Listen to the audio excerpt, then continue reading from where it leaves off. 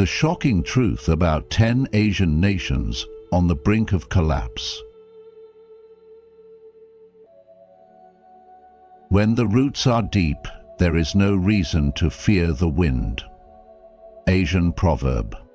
But what happens when those roots begin to wither?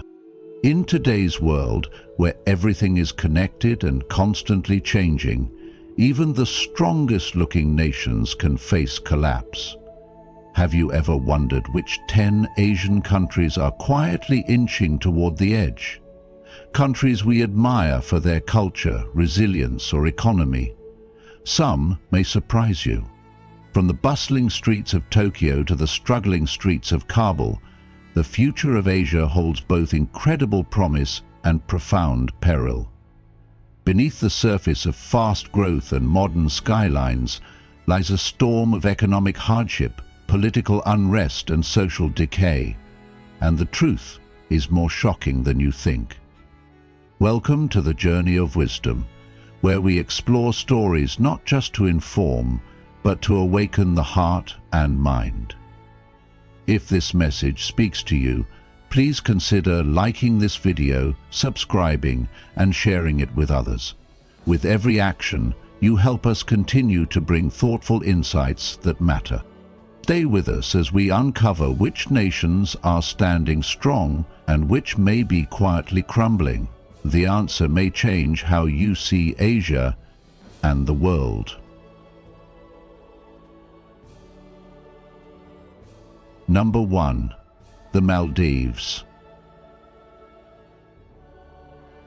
The Maldives, often pictured in travel magazines as a picture-perfect escape with turquoise waters and white sandy beaches, is quietly standing on the edge of a deep and dangerous cliff, one shaped by forces far greater than its own making.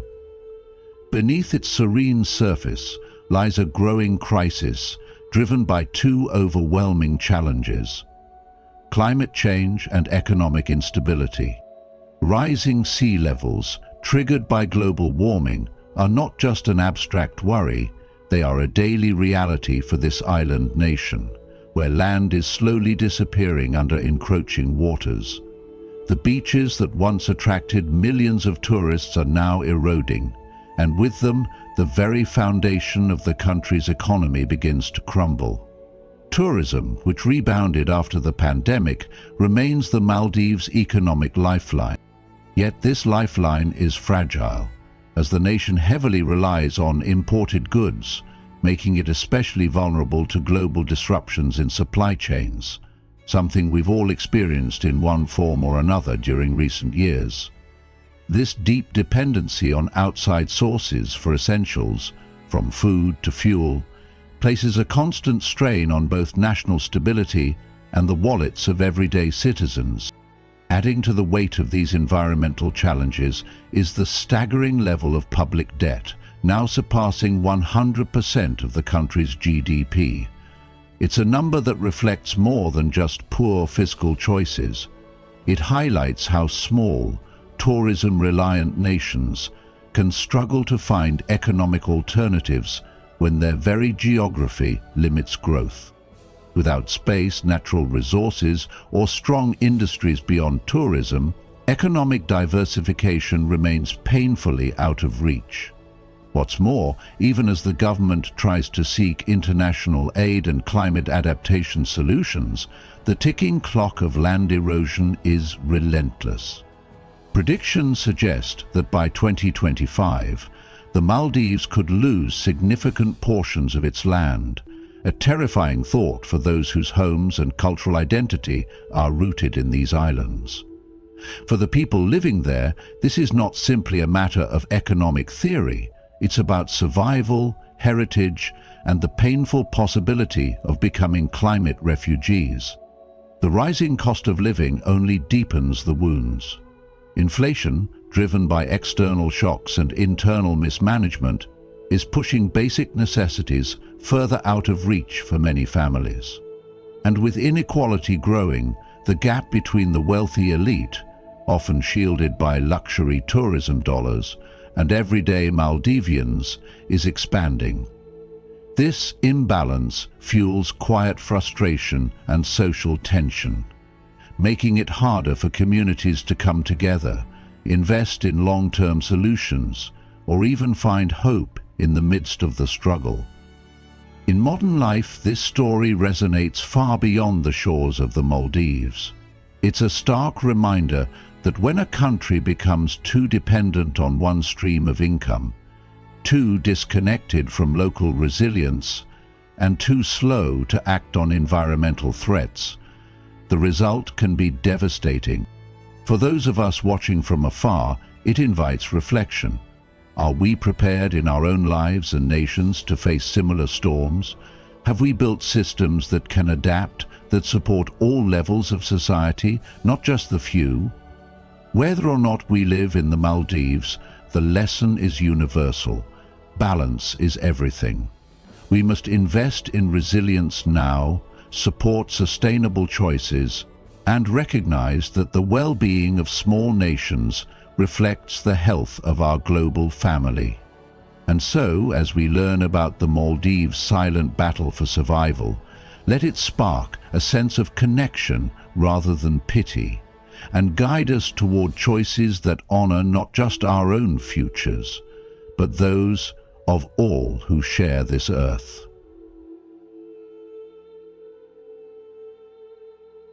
Number 2. China. Let's take a closer look at China. Yes, the very same global giant we often think of as unstoppable. As the second largest economy in the world, it might seem unshakable on the surface, but beneath that impressive exterior, serious cracks are beginning to show.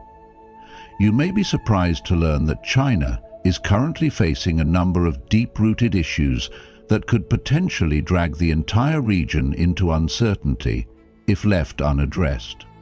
Let's start with the economy. Once driven by rapid development and real estate expansion, China's growth engine is losing steam. The housing market, once a major symbol of prosperity, is now in crisis. Major property developers, like Evergrande, have defaulted on massive loans, sending shockwaves through financial markets. Local governments that relied heavily on land sales to fund infrastructure and services are now struggling to maintain stability, and this financial pressure is trickling down to everyday citizens. Have you ever wondered what happens when an economy built on construction starts running out of buildings to build? But that's just one layer of the problem. China is also facing a serious demographic shift. Decades of the one-child policy have led to an aging population and a shrinking workforce. By 2025, more than 1 in 5 people in China will be over 60 years old. Think about that for a moment. How does a country support such a large aging population while its working-age population is rapidly declining? This shift places immense strain on healthcare systems, pension funds, and economic productivity.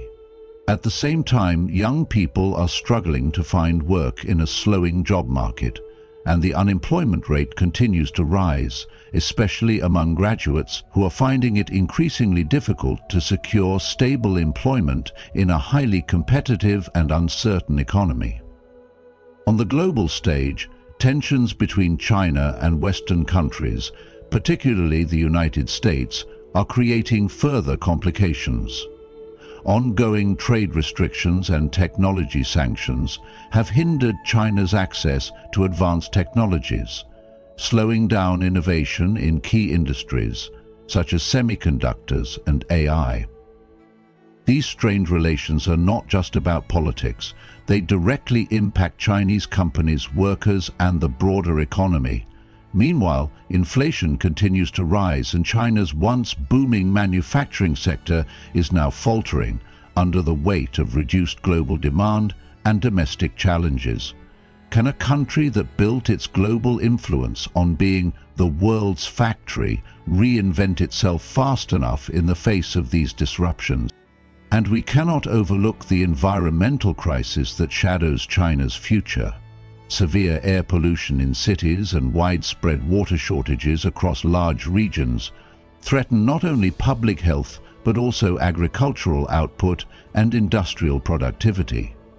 As rivers dry up and farmland becomes less fertile, food security becomes a growing concern. The environmental degradation, while often sidelined in economic discussions, is in fact deeply tied to China's ability to sustain itself and continue growing. Isn't it true that without clean air, clean water and fertile land, no amount of economic planning can ensure a stable future? So, what does all this mean, not just for China, but for the world? If these problems persist or worsen, the ripple effects could destabilize trade networks, international markets, and geopolitical balances across Asia and beyond. The lesson here is profound.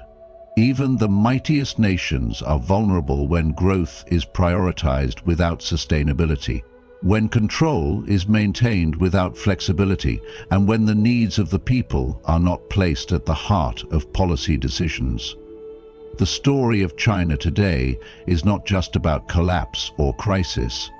It's about the consequences of long-term choices and the urgent need for balance. For each of us, it's a reminder that strength without compassion, growth without wisdom, and power without adaptability can all lead to fragility. So ask yourself, what kind of future are we building? And are we learning from the warning signs that are already here? Number 3, Pakistan. Let's talk about Pakistan. Ranked number 9 on this intense list of Asian nations facing serious danger of collapse. And I want you to imagine for a moment what it feels like to live in a country where prices are climbing so fast that your paycheck can't keep up. Your money loses value by the day, and basic necessities become luxuries. As of 2023, Pakistan is walking a tightrope, struggling with an economic crisis that feels like a ticking time bomb. Inflation has soared to a staggering 27%, which means that the cost of food, fuel, and even medicine is becoming painfully out of reach for ordinary families. Can you imagine watching this same bag of rice double in price within months? That's the daily reality for many in Pakistan today. The Pakistani rupee, their currency, has lost over 30% of its value, making imports more expensive and increasing the country's already massive debt load. And with that kind of pressure, the country has had to turn again and again to the International Monetary Fund just to stay afloat. But here's the catch. Those bailouts come with strict conditions like cutting government spending, raising taxes, and reducing subsidies, which can make life even harder for the poor and middle class. How do you balance saving an economy when it means pushing the people further into struggle? But economic hardship is only one piece of the puzzle. Political chaos is adding fuel to the fire. The country is caught in a whirlwind of protests, corruption scandals, and a government so deeply divided it can barely function. Imagine trying to steer a sinking ship when the captains are fighting each other instead of patching the holes. That's the kind of leadership crisis that's paralyzing progress in Pakistan. And while the politicians argue, the people suffer. Do you think a nation can survive without trust in its leaders?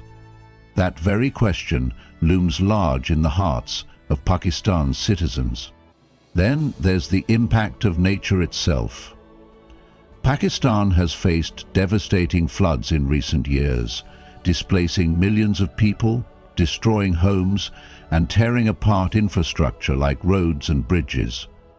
These disasters are not just freak accidents, they're signs of a changing climate, and Pakistan is especially vulnerable. When entire communities are underwater and crops are wiped out, recovery isn't just about rebuilding, it's about surviving the next hit. and with such disasters becoming more frequent, how does a country rebuild when the next storm is always on the horizon?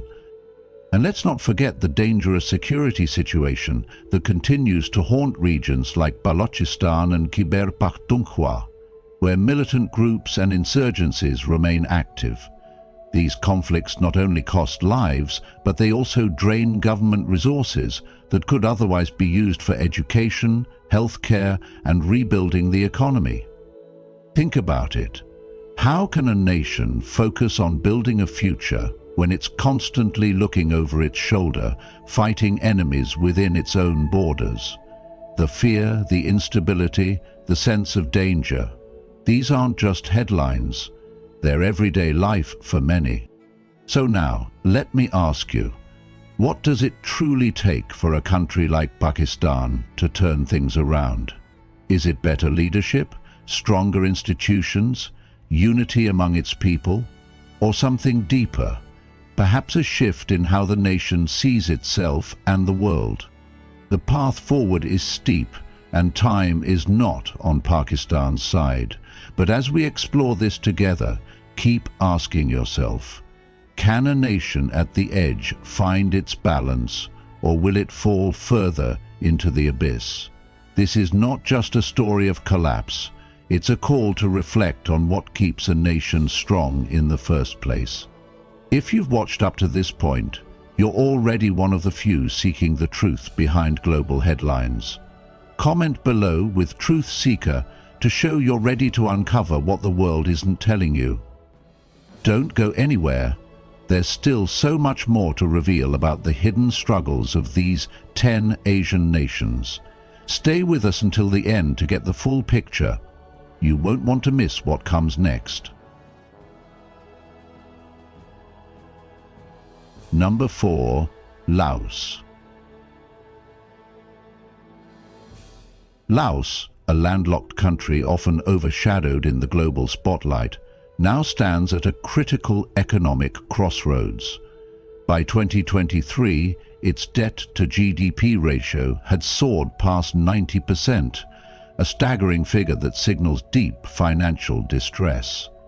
Much of this debt is owed to China, which adds another layer of vulnerability, as dependence on a single creditor can lead to unequal power dynamics that further limit a nation's autonomy in shaping its economic future.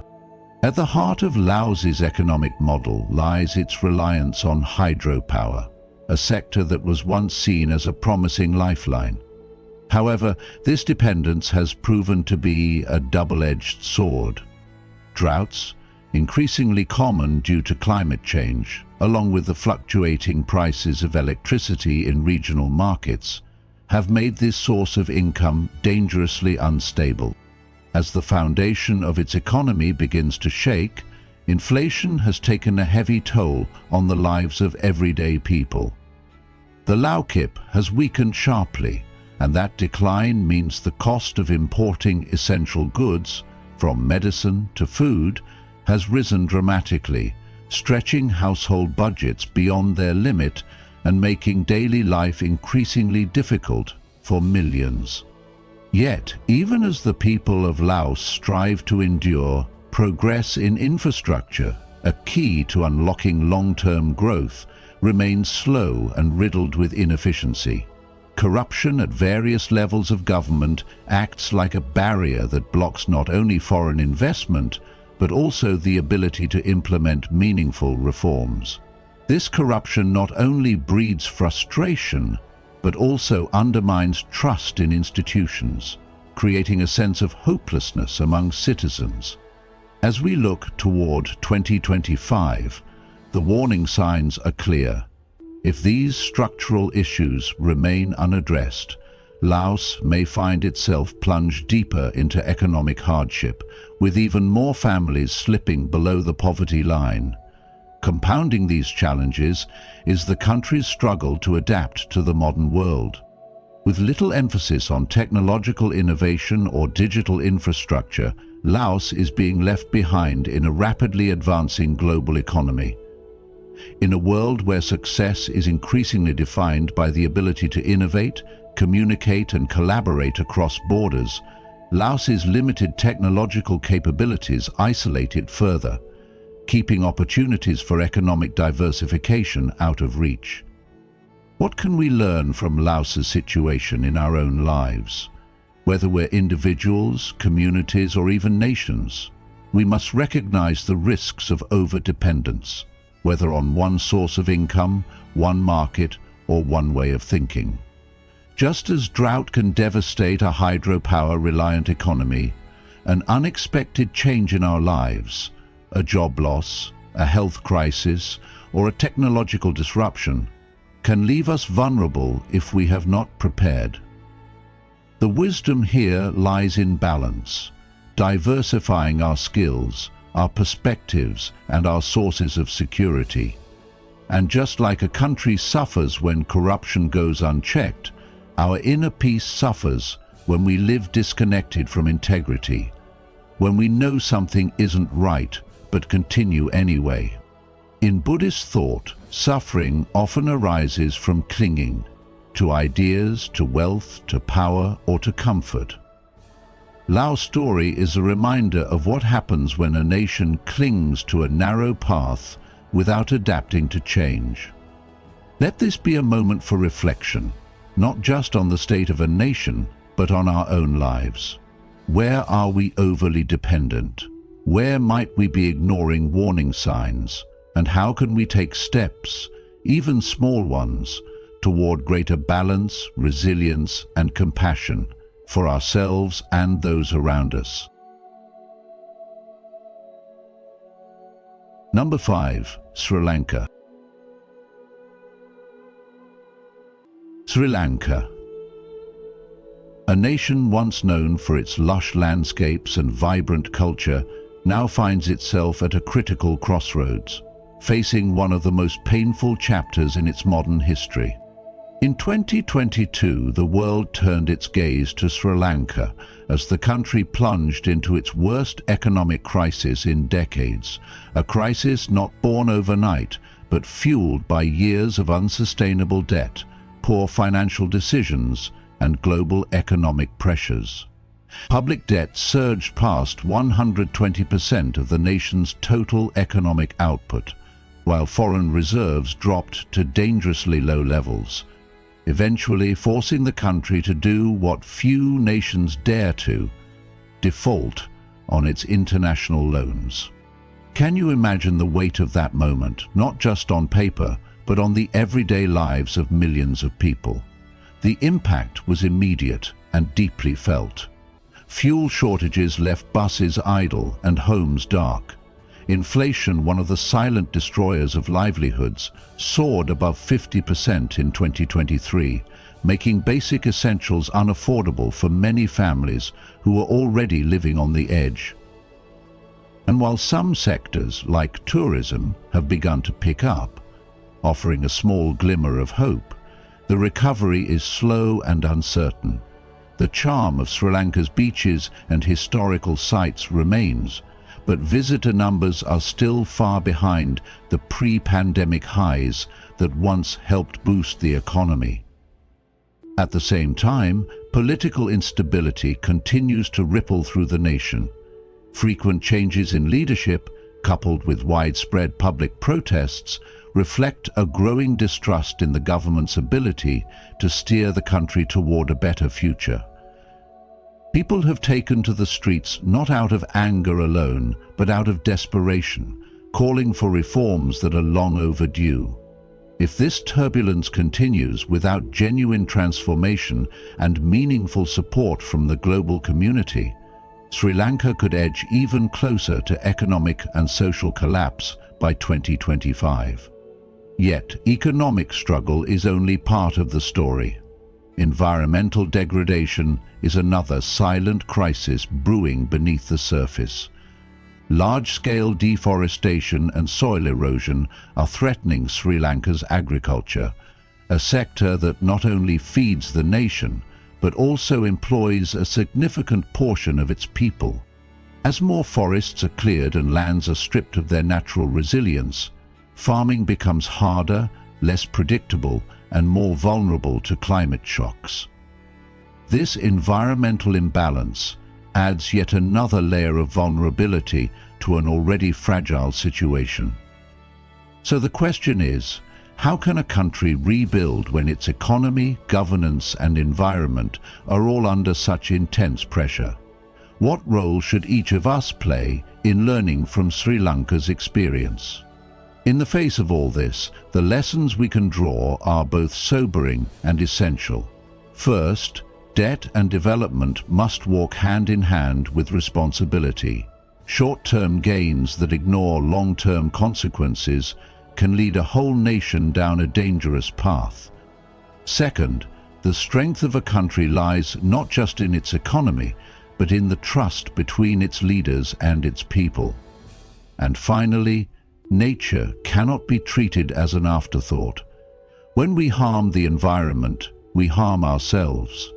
For all of us watching from afar, Sri Lanka serves as a powerful reminder that resilience isn't just about bouncing back. It's about building systems that are fair, sustainable, and prepared for the future. What can we learn from their struggle, and how might we use that wisdom to shape a more compassionate and balanced world?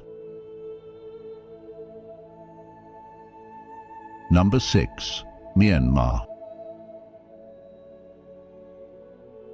Let's take a closer look at a country that has been making headlines for all the wrong reasons. Myanmar.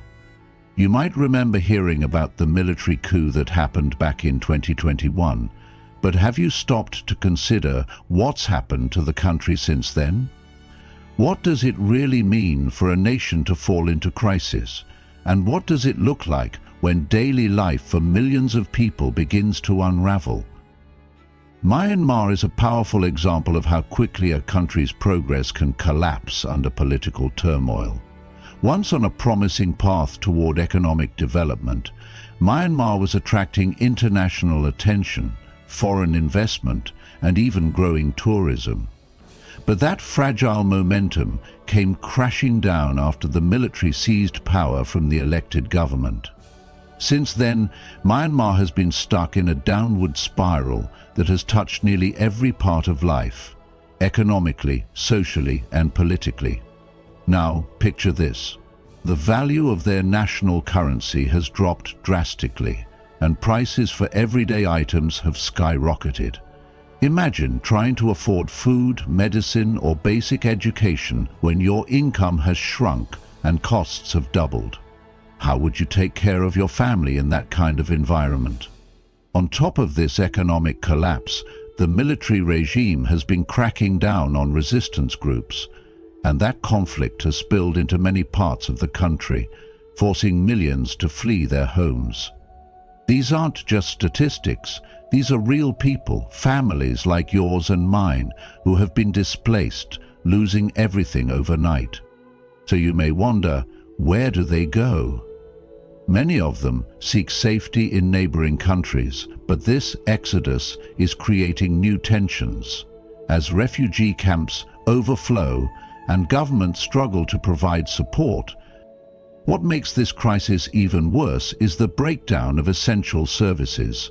Hospitals are underfunded and often unsafe. Schools have shut down, leaving children with no access to education. A lost generation in the making. For the average person in Myanmar, hope is becoming harder to hold on to. And here's the unsettling part. There's still no roadmap for peace, no clear dialogue between the military and opposition groups, and no sign of a stable future. Without that, how can the country rebuild? How can trust be restored when fear and violence dominate everyday life? These are questions not just for the people of Myanmar, but for all of us, because what happens in one part of the world has a ripple effect across borders. As Myanmar becomes more isolated due to sanctions and political fallout, its troubles don't stay contained. Refugees crossing borders, trade routes being disrupted, and rising instability are now spilling into the wider Southeast Asian region. And if things continue on this path, what kind of future will the region face by 2025 and beyond? Will countries come together to support Myanmar and ease the suffering? Or will fear and self-interest keep nations divided? These are the kinds of reflections we need to have, not just for Myanmar, but for what it says about global solidarity, human rights, and the resilience of ordinary people caught in the middle of chaos. So, when you hear the name Myanmar in the news, ask yourself, what can we learn from their story? What role can awareness and compassion play in turning the tide for a nation on the brink? Still here, that means you're not afraid to face the uncomfortable truths. Type "wake up call" in the comments to let us know you're paying attention. Don't click away. The deeper we go, the clearer the picture becomes. The final revelations will leave you stunned. Number 7. Bangladesh. Bangladesh stands at a critical crossroads. On the surface, it's a story of remarkable transformation. Over the last few decades, the country has made undeniable progress in reducing poverty and growing its economy, driven largely by its robust garment industry. However, behind this success lies a fragile foundation.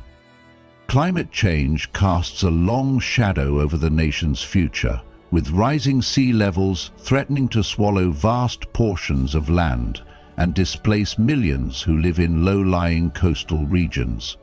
This isn't a distant threat, it's already happening, as frequent floods and cyclones tear through communities, destroy homes, ruin crops, and cripple vital infrastructure that supports both daily life and the economy. As the earth grows warmer and the weather more unpredictable, Bangladesh becomes increasingly vulnerable, not just environmentally, but economically and socially as well. What once served as the backbone of its economy, the garment sector, now faces rising global competition and higher operational costs. International buyers demand more for less, while workers push for better conditions and wages, creating a delicate balance that's becoming harder to maintain.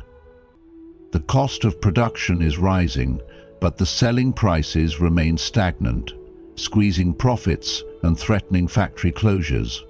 At the same time, corruption and political instability are creating a climate of uncertainty, causing foreign investors to hesitate, and in an economy so heavily reliant on global partnerships and trust, such instability chips away at progress. The worry is that if these challenges aren't addressed soon, Bangladesh could face a sharp economic slowdown, wiping out years of hard-earned gains and pushing vulnerable communities further into hardship. Yet the difficulties don't end there. Cities like Dhaka are bursting at the seams, struggling to accommodate a growing population with limited infrastructure, strained public services, and rising social tension. Meanwhile, rural areas remain underserved, where access to quality education and healthcare is a daily struggle, not a given. This deep divide between urban and rural life is more than an inconvenience. It hinders national growth by limiting opportunities for millions. Without investing in people, in their education, health, and future, Bangladesh risks a future where inequality deepens, unrest grows, and true progress becomes impossible. It's easy to see how all these pressures could converge into a national crisis if left unchecked. For those of us watching from afar or living in more stable environments, Bangladesh's situation is a mirror, reflecting what happens when rapid progress outpaces thoughtful planning. In modern life, whether we're managing a household, a business, or a nation, the lesson is clear. Growth without balance invites collapse.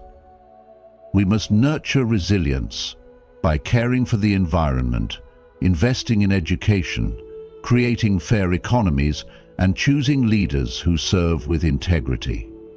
The wisdom here is timeless. If we ignore the weak points in our foundation, no amount of external success will protect us when the storms come.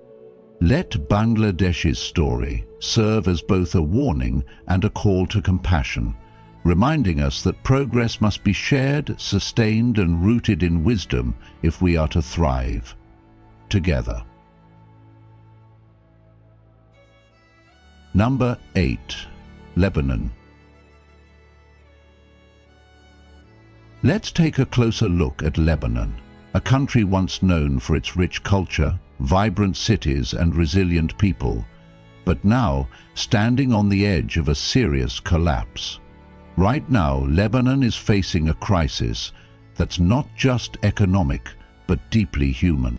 Since 2023, the Lebanese pound has lost over 90% of its value. And that's not just a number. It means that people who once had enough to support their families now struggle to buy basic necessities. Imagine saving for years, only to see it vanish almost overnight. This financial collapse has pushed more than 80% of the population below the poverty line. Think about that for a second. 8 out of every 10 people you see on the street are living in poverty. How does a nation recover when most of its people are barely getting by? It gets worse when we consider how broken the country's infrastructure has become.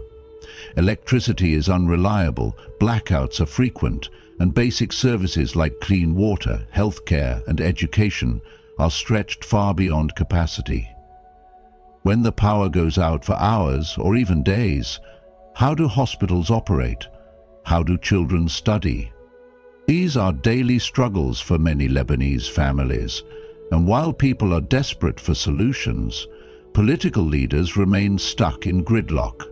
Corruption is widespread, reforms are stalled, and a sense of hopelessness hangs heavy in the air. Many young people, who should be the future of the country, are unemployed and thinking about leaving. When the youth start giving up on their homeland, it's a powerful sign of how deep the crisis runs.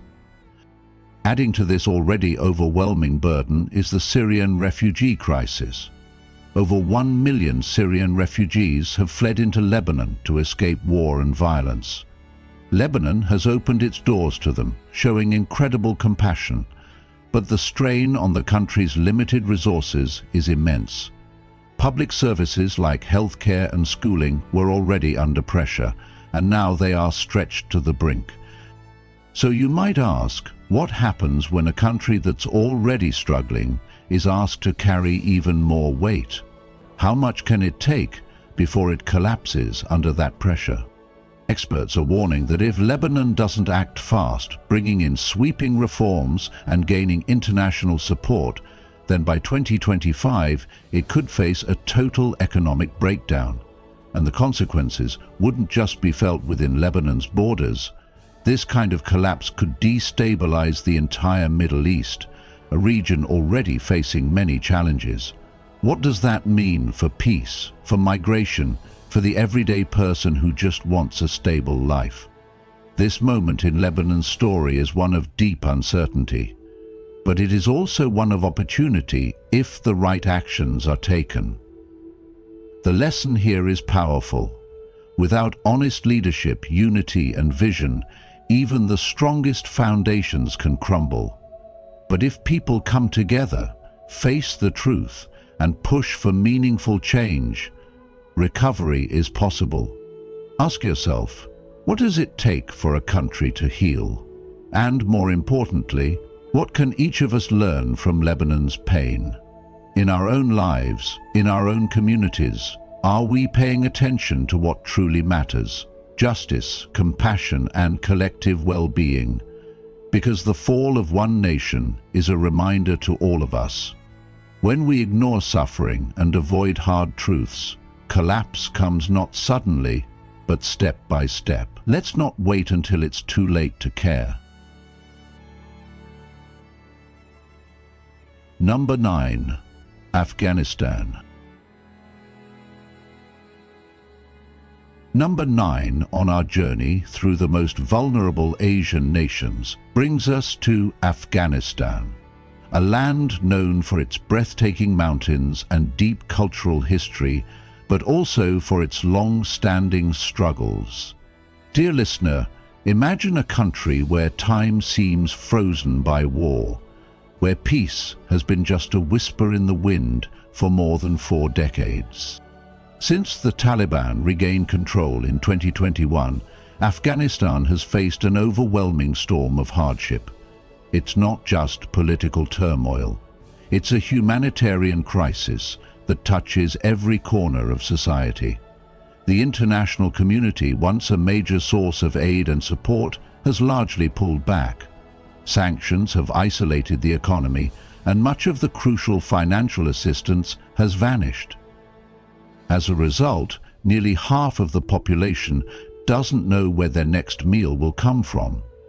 Can you imagine waking up every day wondering how to feed your children? For millions of Afghans, that fear is their daily reality. As the banks crumble and inflation skyrockets, basic necessities, things like bread, medicine, and fuel, are becoming luxuries. The people who suffer the most are often the ones with the smallest voice, especially women and girls. In the past few years, hard-won rights have been stripped away. Women are being pushed out of schools, barred from many forms of work, and confined to shrinking spaces in society. This erosion of rights hasn't just drawn international criticism. It's made it even harder for Afghanistan to engage with the world. A society that suppresses half of its population cannot move forward with balance. The Buddha once said, "Just as a candle cannot burn without fire, men cannot live without a spiritual life." What kind of future can a nation have if the light of its people is dimmed by fear and injustice? And yet, Afghanistan's problems don't stop with hunger or oppression. The country's infrastructure, its roads, schools, hospitals, is underdeveloped or broken. Many of the nation's most educated professionals have fled, taking with them the very skills needed to rebuild. This loss of human capital creates a cycle that's hard to escape. Fewer teachers, fewer doctors, fewer engineers, and more suffering. On top of that, there's a hidden force pulling Afghanistan deeper into instability: the opium trade. It's a shadow economy that funds corruption, fuels addiction, and pulls resources away from real growth. Like a tree growing in poisoned soil, how can anything good take root under such conditions? You may be wondering, is there any hope? The answer is not simple, but it's not entirely bleak either. There are grassroots efforts, brave individuals risking their lives to teach, to heal, and to help. But without international attention and compassionate, strategic intervention, the situation could worsen dramatically by 2025. As the saying goes, thousands of candles can be lit from a single candle, and the life of the candle will not be shortened. So the question becomes, will the world light a candle for Afghanistan, or will it let the darkness grow? This leads us to reflect on a deeper question. What does it truly mean for a nation to collapse? Is it the breaking down of governments, or is it the loss of compassion and shared humanity? In the teachings of the Buddha, suffering arises from ignorance and attachment, but healing comes from understanding and right action. So I ask you, dear friend, what would right action look like in the face of such suffering, and what role, big or small, can each of us play in awakening awareness for those who are often unseen? Number 10. North Korea. North Korea remains one of the world's most secretive and isolated countries, a place often shrouded in mystery, yet the suffering within its borders is no secret at all. Beneath the surface of powerful propaganda and military displays lies a nation grappling with severe internal crises that have only worsened with time. In 2023, the depth of these problems has become impossible to ignore. Widespread food shortages are pushing millions to the brink, especially in rural areas where aid is scarce and agriculture struggles against outdated methods and poor infrastructure. The regime, heavily focused on maintaining a strong military presence, continues to funnel precious resources into weapons and defense, leaving essential sectors like healthcare, education, and public welfare to deteriorate. This imbalance reflects a deeper issue. When leadership prioritizes power over people, the cost is paid in human lives and lost potential. To make matters worse, North Korea's long-standing reliance on China for trade and economic support has been shaken by a global economic slowdown and growing diplomatic distance. Without robust trade or foreign investment, the country's economy grows more fragile, with fewer ways to adapt or improve. This growing instability is like a slow-burning fuse. Should it continue unchecked, it may not only lead to a full-scale humanitarian catastrophe, but also ripple into neighboring countries, affecting peace and security across East Asia. What further complicates recovery is North Korea's decaying infrastructure. Roads, railways, power grids, and basic sanitation systems are far behind modern standards, making it nearly impossible to deliver aid efficiently or revive key industries. This stagnation traps the nation in a cycle of poverty and dependency, where even well-meaning internal efforts are hindered by a lack of tools and connections. And when a nation is cut off from the world, not just physically but ideologically, the people are left with little hope for change. The leadership's unpredictable actions and growing isolation not only strain international relations, but also make humanitarian assistance more difficult to organize and deliver. As outside observers, we may feel distant from this crisis, but in a connected world, the collapse of any nation, especially one with nuclear capabilities and strategic location, carries consequences far beyond its borders. So what can we learn from North Korea's struggle? It's a powerful reminder of what happens when a society lacks balance, when fear overrides compassion, when control overshadows care, and when resources are hoarded for power rather than shared for growth. In our modern lives, even if we live far from such conditions, this truth still applies. When we ignore the suffering of others or prioritize material power over human well-being, we invite instability into our own lives. Let us not turn away, but instead reflect on how interconnected our fates truly are. May we choose compassion over indifference, and may our leaders, whether in government, communities, or homes, remember that lasting strength comes not from domination, but from taking care of the people we serve.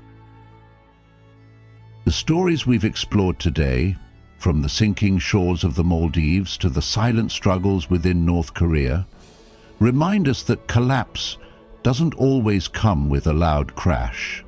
Sometimes it arrives quietly, step by step, through imbalance, neglect, and disconnection. But with awareness comes the possibility of change. These nations are not just headlines. They are home to real people, rich histories, and lessons that speak to us all. When we understand their challenges, we begin to see our shared vulnerability. If today's message gave you a new perspective, please support the Journey of Wisdom by liking this video, sharing it with others, and subscribing to the channel. And don't forget to turn on notifications so you won't miss our upcoming explorations into the deeper truths shaping our world.